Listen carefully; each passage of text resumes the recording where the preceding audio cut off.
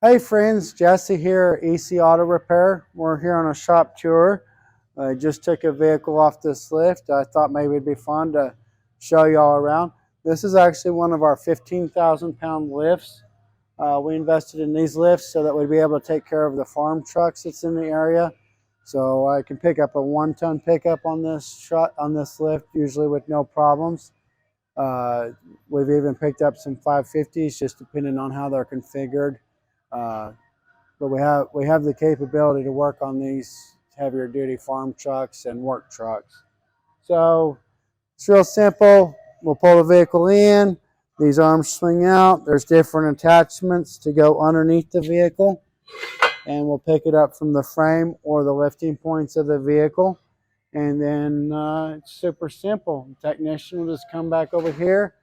He'll hit the button, and the lift will start to go up. Those clicks that you hear is actually the safety devices that will keep the lift from falling down, taking care of our technician, keeping him nice and safe.